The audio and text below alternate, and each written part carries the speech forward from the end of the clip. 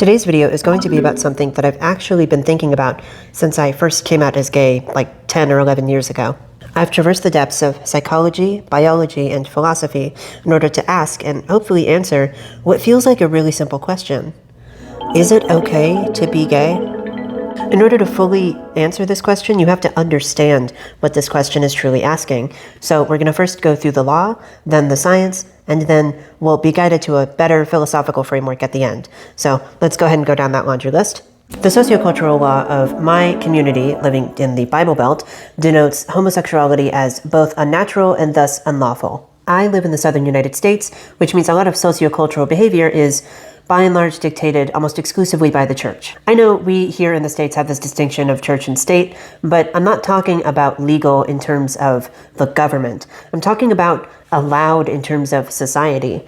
And by and large, it's not really allowed. On an individual level, I grew up as Christian, and so while I personally interpret the Bible as fictional literature, I do have this unconscious bias. This is an unconscious urge to respect my cultural origins, my Judeo-Christian origins.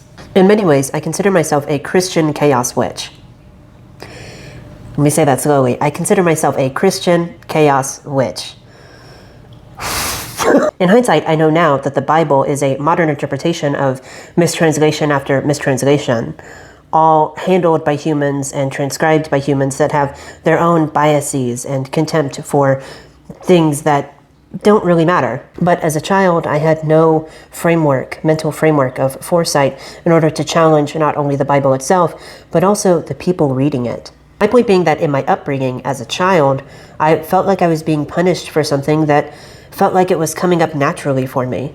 And it didn't take me long for me to find validation in the form of scientific literature on the same subject. I was a teenager in the depths of my evangelical indoctrination. And that was around the same time that all this ecological, sociological, and psychological literature started coming out around not just gayness, but the queer experience as a whole. Transgender brains were starting to get validation too. Maybe there was a distinction between boy brains and girl brains. Big eyebrow raised there now, but at the time I just kind of accepted it uncritically. Epistemology is a branch of philosophy that studies the nature of knowledge. How do we know what we know, and how can we prove it? Science as a field is a study of the natural world, but in order to understand what you're actually observing, you have to interpret what you're observing, which means you need some type of framework, some type of thinking framework, some type of philosophy, like statistics or math, in order to interpret what you're actually measuring. There are plenty of things that are observed in the real world that are natural but not inherently good. People can make the argument that homosexuality is natural, but so is infanticide. So is a cholera in our drinking water, but that doesn't make it ethical. That doesn't make it a good practice. There are two thought experiments that I think of that call into question the nature of consent. The first one involving cannibals. That is to say, imagine you had two adults of legal consenting age. Imagine if they both agreed that one could cook and eat the other. Should that be legally allowed? The thought experiment of highest fascination to me being the concept of a pig that wants to be eaten. See, because the nature of consent rests on this inner belief in theory of mind. It's epistemologically dubious to assert that a pig can want to be eaten, specifically because that kind of desire exists in the context of a culture. In order to have the desire for death in any capacity, you'd have to be aware that you're alive. And thus, here we hit another philosophical brick wall, the hard problem of consciousness. Most, if not all, of biological inquiry into sociological inequality falls apart on the most basic of scrutiny, the most basic of reinterpretation and observation. Here's a really short clip from a John Stossel video. I know, I'm really sorry. You're going to have to see John Stossel for a second. But here's a really short clip from a John Stossel video that, if you think about it for more than 2 seconds, just immediately falls apart. We are the same until society influences us. And if you look at non-human animals, if you look at monkeys, they don't have culture, and yet there's still these very large differences between males and females. I'm so sorry. Animals don't have culture? Jane Goodall is rolling in her fucking grave.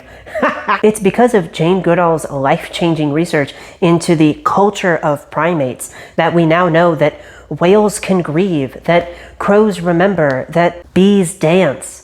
If animals supposedly don't have culture, then where the fuck did it come from for humans? How did it just, do you think it just spontaneously spawned into existence? Or do you think that it evolved into existence from our and animals' common ancestors? Science isn't built to measure morality. That is the job of philosophy. Besides, humans aren't even unique because they evolved culture.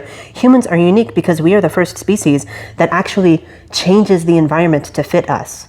Evolution of the fittest doesn't inherently apply to us because we can change the environment. That's something that no other animal species has mastered in the way that we have. Discovering biological reality to your sociological or psychological experience doesn't inherently imbue it with morality. The okayness of gayness is not a thing that science can measure. So first of all, the question of a male brain or a female brain is really just the question of how comorbid it is to human existence, which is not measurable by science. It's just not, because that is a philosophical, epistemological question. How do we know what we know? We're not studying the nature of a brain. We're studying the nature of a brain in coexistence to the nature of other brains, in coexistence to the planet, the universe even. Measuring whether males or females are good at some thinking tasks versus others is like measuring the size of fish based on your fishing net and then concluding that fish of this size must be spawned into this pond. We're not looking at the tools at all. We're just not gonna epistemologically question the nature of our tools or anything. Like, whether it's the many egregious mistranslations of the Bible or the epistemologically defunct interpretations of scientific data, I can't actually give you a solid answer as to whether it's okay to be gay. Not because, it's actually not okay, but because the question itself is fundamentally broken. And we can look no further than the proposed experiences of a pig that supposedly wants to be eaten. Because what the suicidal pig reveals to us is our own blind spots. Not our own moral blind spots, but more so blind spots within the nature of human thought itself. Thank you so much for consuming this video at the rapid pace that you consumed it at. Check in with me tomorrow where I will be live streaming all day. A live mukbang of me eating that fuck-ass pig.